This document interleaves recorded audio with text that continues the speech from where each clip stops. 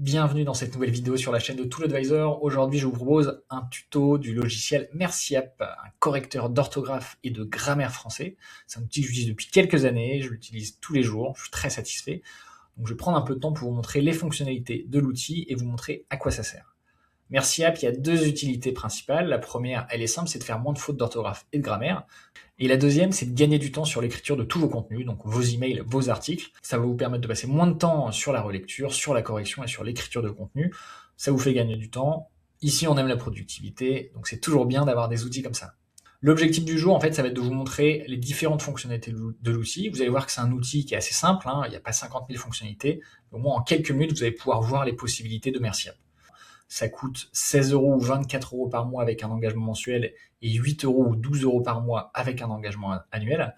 C'est assez rapidement rentabilisé si vous passez beaucoup de temps à écrire des contenus. Évidemment, vous allez vous dire que les logiciels de traitement de texte, les outils de bureautique ont aussi des correcteurs d'orthographe. Alors pourquoi je prends la peine de faire ce tuto de MerciApp qui est également un correcteur d'orthographe, c'est que les outils natifs sont vraiment moins puissants que MerciApp pour deux raisons principales. En fait, MerciApp, c'est un outil français. Sur le français, MerciApp sera plus efficace sur les corrections qu'un Google ou un Microsoft.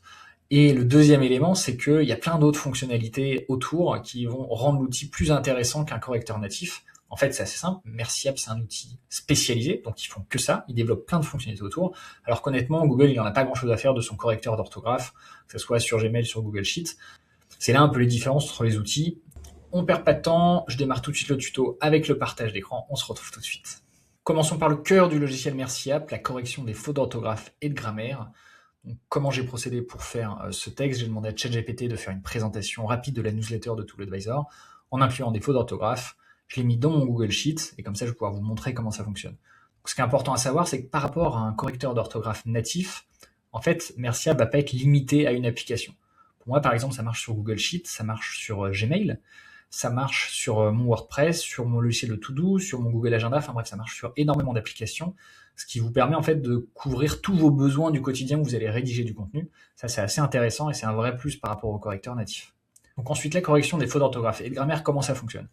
Il y a un code couleur concernant les fautes, donc le bleu, ce sont pour les fautes d'orthographe, le rouge pour les fautes de grammaire, le jaune pour le contexte, le vert pour la typographie et le violet pour le style. Pour corriger les fautes d'orthographe au sein de votre Google Sheet, puisqu'on va prendre cet exemple, il y a deux possibilités. Directement depuis le texte, où en fait, vous allez sur le mot souligné, vous cliquez et vous avez directement la bonne orthographe qui est indiquée. Donc conçu, il manque la cécédille.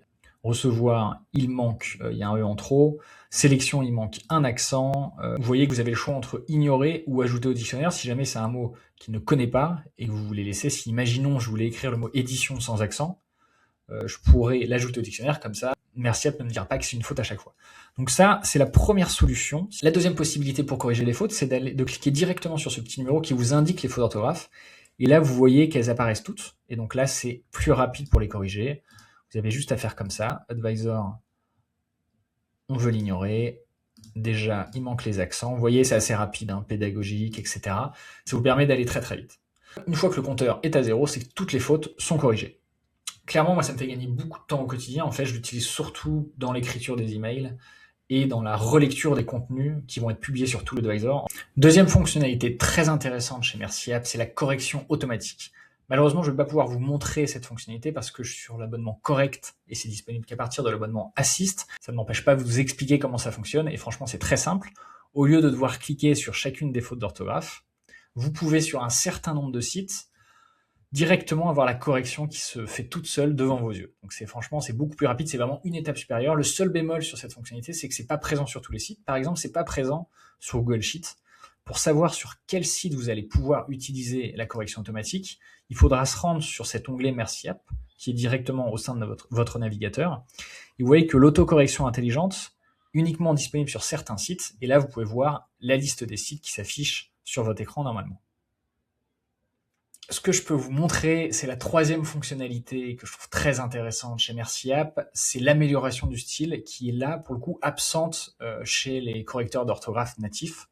Et là, encore une fois, c'est très simple. En fait, vous avez juste à sélectionner le texte comme ça. Et là, vous allez pouvoir cliquer ici pour améliorer. Donc, je vais vous montrer suivant les différents paragraphes les possibilités. Là, je peux demander de raccourcir.